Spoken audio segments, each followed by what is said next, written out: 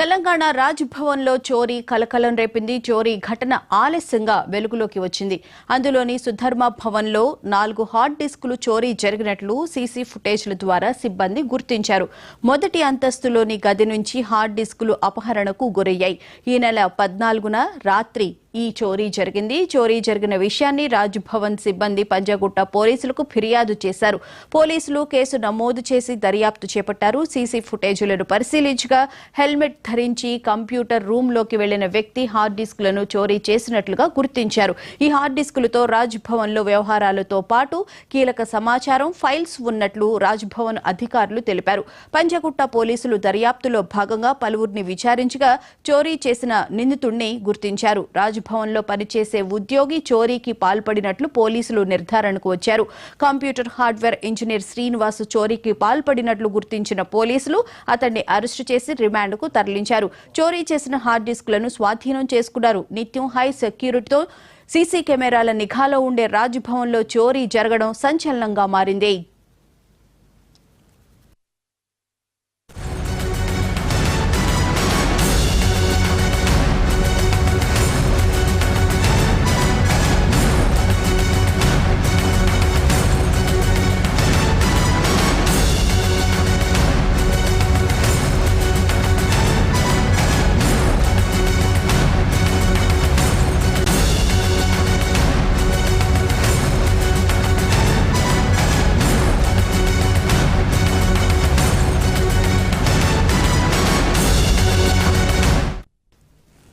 తెలంగాణ రాజ్ భవన్ లో చోరీ కలకలం రేపింది. చోరీ ఘటన ఆలస్యంగా వెలుగులోకి వచ్చింది. అందులోని సుధర్మ భవన్ లో 4 హార్డ్ డిస్కులు చోరీ జరిగినట్లు సీసీ ఫుటేజ్ల ద్వారా సిబ్బంది గుర్తించారు. మొదటి అంతస్తులోని గది నుంచి హార్డ్ డిస్కులు అపహరణకు గురయ్యాయి. ఈ నెల 14న రాత్రి ఈ చోరీ జరిగింది. చోరీ జరిగిన విషయాన్ని రాజ్ భవన్ సిబ్బంది పంజాగుట్ట పోలీసులకు ఫిర్యాదు చేశారు. పోలీసులు కేసు నమోదు చేసి దర్యాప్తు చేపట్టారు. సీసీ ఫుటేజ్లను పరిశీలించగా హెల్మెట్ ధరించి కంప్యూటర్ రూమ్ లోకి వెళ్లిన వ్యక్తి హార్డ్ డిస్కులను చోరీ చేసినట్లు గుర్తించారు.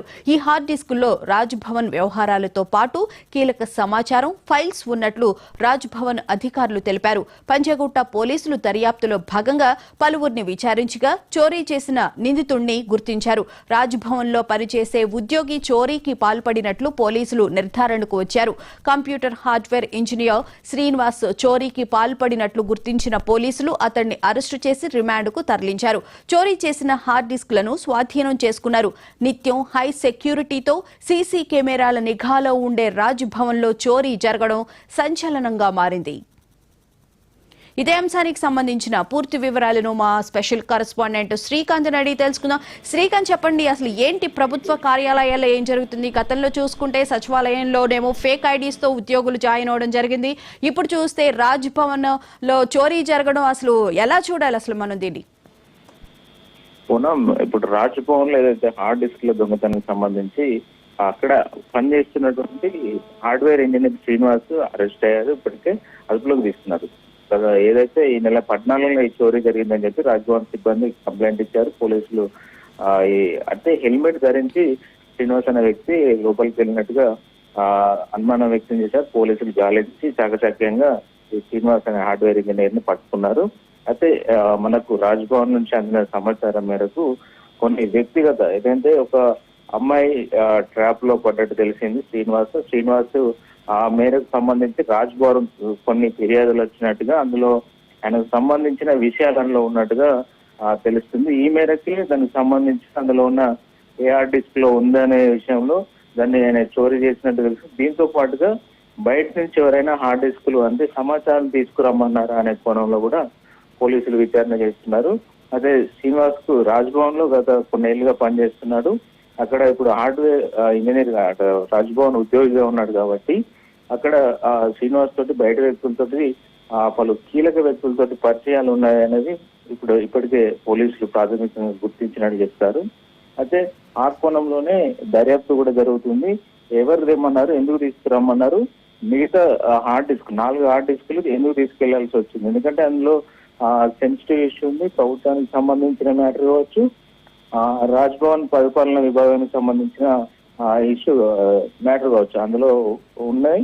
దీనికి సంబంధించి ఎందుకు దాన్ని తీసుకెళ్లాల్సి వచ్చింది అనేది విచారణ చేస్తున్న పరిస్థితి కనిపిస్తుంది. ప్రస్తుతం శ్రీనివాస్ విచారణ ముగిసిన తర్వాత దీనిపైన కీలక విషయాలు వెల్లడయ్యే అవకాశం కనిపిస్తుంది.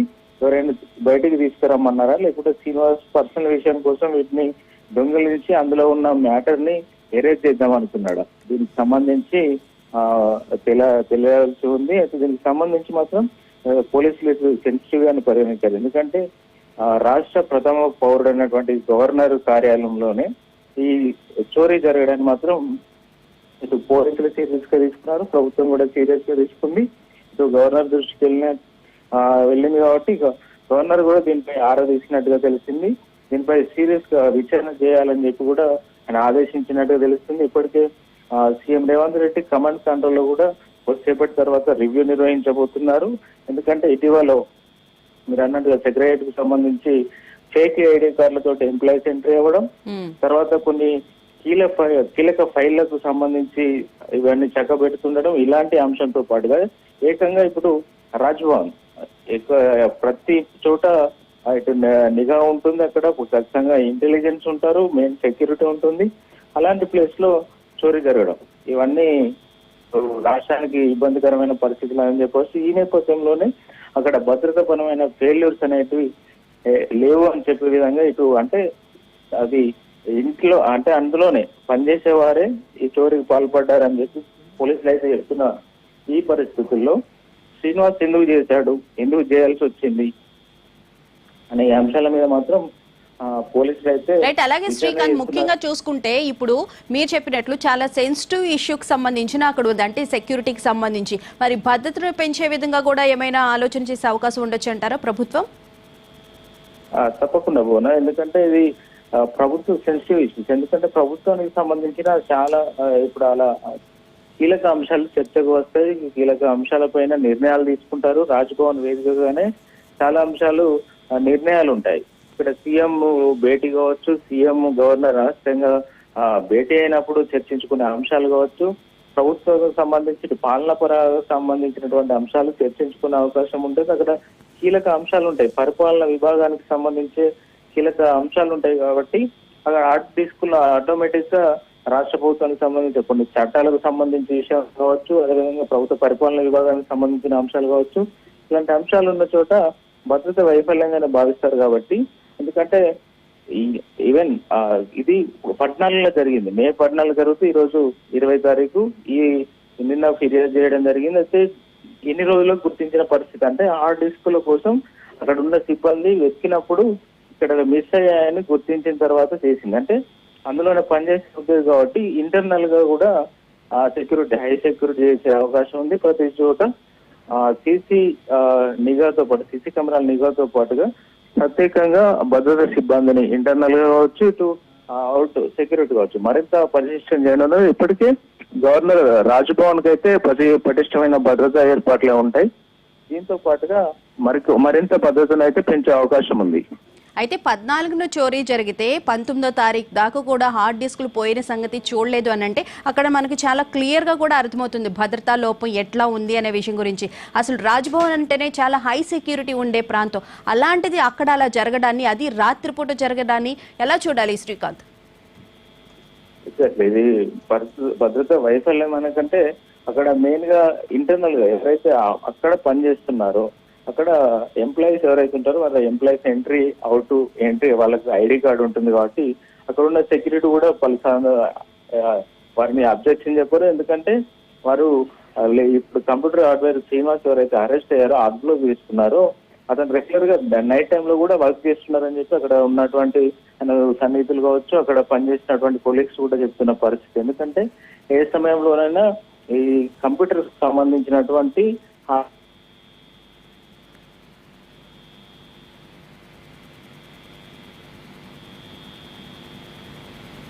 రైట్. Thank you Srikanth.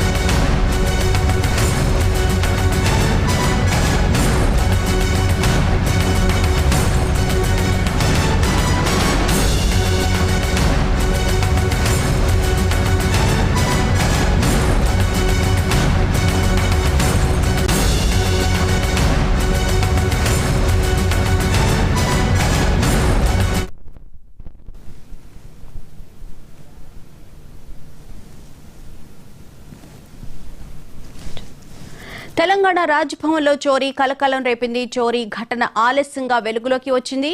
అందులోని సుధర్మ భవన్లో 4 హార్డ్ డిస్కులు చోరీ జరిగినట్లు సీసీ ఫుటేజీల ద్వారా సిబ్బంది గుర్తించారు. మొదటి అంతస్తులోని గది నుంచి హార్డ్ డిస్కులు అపహరణకు గురయ్యాయి. ఈ నెల 14న రాత్రి ఈ చోరీ జరిగింది. చోరీ జరిగిన విషయాన్ని రాజ్భవన్ సిబ్బంది పంజాగుట్ట పోలీసులకు ఫిర్యాదు చేశారు. పోలీసులు కేసు నమోదు చేసి దర్యాప్తు చేపట్టారు. సీసీ ఫుటేజీలను పరిశీలించగా హెల్మెట్ ధరించి కంప్యూటర్ రూమ్ లోకి వెళ్లిన వ్యక్తి హార్డ్ డిస్కులను చోరీ చేసినట్లు గుర్తించారు. ఈ హార్డ్ డిస్కుల్లో రాజ్భవన్ వ్యవహారాలతో పాటు కీలక సమాచారం, ఫైల్స్ ఉన్నట్లు రాజ్భవన్ అధికారులు తెలిపారు. పంజాగుట్ట పోలీసులు దర్యాప్తులో భాగంగా పలువురిని విచారించగా చోరీ చేసిన నిందితుడిని గుర్తించారు. రాజ్భవన్ లో పనిచేసే ఉద్యోగి చోరీకి పాల్పడినట్లు పోలీసులు నిర్ధారణకు వచ్చారు. కంప్యూటర్ హార్డ్వేర్ ఇంజనీర్ శ్రీనివాస్ చోరీకి పాల్పడినట్లు గుర్తించిన పోలీసులు అతన్ని అరెస్టు చేసి రిమాండ్ కు తరలించారు. చోరీ చేసిన హార్డ్ డిస్కులను స్వాధీనం చేసుకున్నారు. నిత్యం హై సెక్యూరిటీతో సీసీ కెమెరాల నిఘాలో ఉండే రాజ్భవన్ లో చోరీ జరగడం సంచలనంగా మారింది. ఇక ఇదే అంశానికి సంబంధించిన పూర్తి వివరాలను మా క్రైమ్ ఇన్ఛార్జ్ మధు నడి తెలుసుకుందాం. మధు, చెప్పండి, రాజ్భవన్ లో పనిచేసే ఉద్యోగే ఇలాంటి చోరీకి పాల్పడ్డాన్ని ఎలా చూడాలి? ఆయన ఏమైనా హనీ ట్రాప్ లో పడ్డారు అని చెప్పి భావించాలా? అనేక అనుమానాలు అయితే లేకపోలేదు. ఎందుకని రాజ్భవన్ లో ఉండేటటువంటి కీలకమైనటువంటి ఫైల్స్, హార్డ్ డిస్కులు అన్నింటినీ కూడా తీసుకువెళ్లడం వెనక ఇంజనీర్, హార్డ్వేర్ ఇంజనీర్ శ్రీనివాస్ ఎవరైతే ఉన్నారో అతనికి ఏం పని వచ్చింది అనే అనుమానాలు అయితే ఇప్పుడు ఒక్కొక్కటిగా బయటకు వస్తున్నాయి.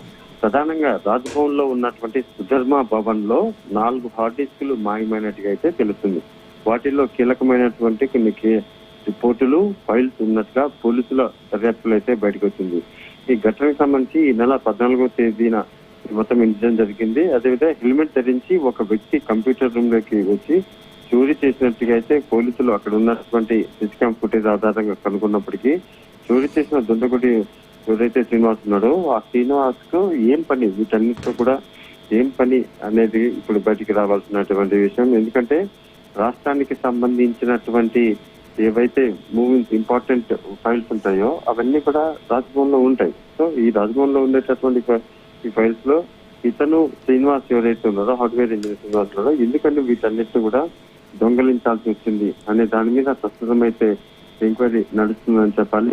ప్రధానంగా కూడా కీలకమైనటువంటి ఫైల్స్ మాయమైతే దాని వెనక ఇతర దేశాలకు, అంటే పాకిస్తాన్ లాంటి దేశాలు ఏవైతే ఉన్నాయో ఆ దేశాలకు సంబంధించినటువంటి వారి ద్వారా ఇక్కడ ఉన్నటువంటి వారిని హనీ ట్రాప్ చేపిస్తారు. అలా హనీ ట్రాప్ చేపించేసి వారి ద్వారా ఫైల్స్ అన్నిటిని కూడా ఒక్కొక్కటిగా ఫైల్స్ అన్నిటిని కూడా తీసుకొని వెళ్ళడం మామూలుగా ఉగ్రవాదులు, ఇతర దేశాలకు సంబంధించినటువంటి వాళ్ళు చేసేటటువంటి పని. సో ఇందులో ఇప్పుడు కూడా ఈ రాజ్భవన్ కు సంబంధించి చోరీ అయినటువంటి ఫైల్స్ ఏవైతే ఉన్నాయో వీటి వ్యవహారంలో హనీ ట్రాప్ ఎవరైనా చేశారా, పెద్ద మొత్తంలో డబ్బులు, అదేవిధంగా అందమైన అమ్మాయిల ఫోటోలు, వీడియో కాల్స్, వాటి మాటలు పడి అతను ఈ మొత్తం వ్యవహారం ఏదైనా సరే పాల్పడ్డా అనేది కూడా ఇప్పుడు బయటికి రావాల్సినటువంటి విషయం. ఎంక్వైరీ నడుస్తుంది. ఈ మొత్తం వ్యవహారానికి సంబంధించి ఎంక్వైరీ అయితే మొదలయ్యింది కాబట్టి డెఫినెట్ గా దీని అయితే మధు, ఇప్పుడే మనకు ఒక బ్రేకింగ్ న్యూస్ వస్తుంది. శ్రీనివాస్ చోరీ చేసిన హార్డ్ డిస్కులు ఎలాంటి ఫైల్స్ లేవు,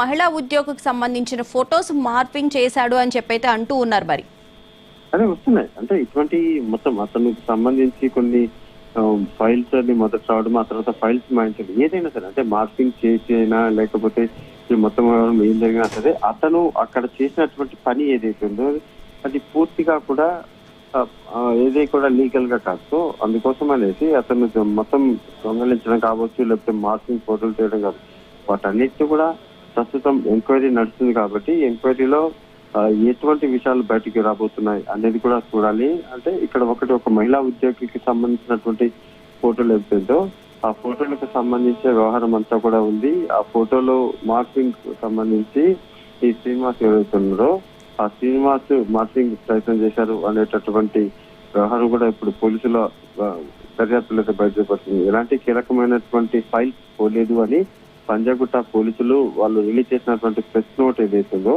ఆ ప్రెస్ నోట్ లో అయితే కాసేపు క్రితమే చెప్పారు. అతను శ్రీనివాస్ ను అరెస్ట్ చేసి రిమాండ్ కు పంపించాము. అదే విధంగా కూడా అతను సస్పెన్సినటువంటి హార్డ్ డిస్క్ ను కూడా స్వాధీనం చేసుకున్నాము. అయితే రాజ్భవన్ లో జరిగినటువంటి చోరీ ప్రచారం ఏదైతుందో ఆ ప్రచారాన్ని ఎవరు కూడా నమ్మవద్దు. చోరీ చేసినటువంటి హార్డ్ డిస్క్ అన్నింటినీ కూడా మేము స్వాధీనం చేసుకున్నాము అని అయితే ప్రస్తుతం పంజాగుట్ట పోలీసులు ఎవరైతే ఉన్నారో పంజాగుట్ట పోలీసులు చెప్తున్నారు. ఓ మహిళకు సంబంధించినటువంటి ఇష్యూ ఉంది, ఆ ఇష్యూకి సంబంధించి ఎంక్వైరీ నడుస్తుంది అని ఒకవైపు చెబుతున్నాయి. ఎక్కడ ఎటువంటి ఫైల్స్ మొత్తం కూడా దొంగలించలేదు అనేది ఇప్పుడే కాసేపు క్రితమే పంజాగుట్ట పోలీసులు అయితే చాలా క్లియర్ గా కూడా చెప్పిన నేపథ్యంలోనే ప్రస్తుతం ఎంక్వైరీ నడుస్తుంది. ఇంకా ఎంక్వైరీ కూడా పూర్తయిన తర్వాత ఏం జరిగింది అనే దాని మీద ఒక క్లారిటీ వచ్చే అవకాశం అయితే కనిపిస్తుంది. Right, thank you Madhu.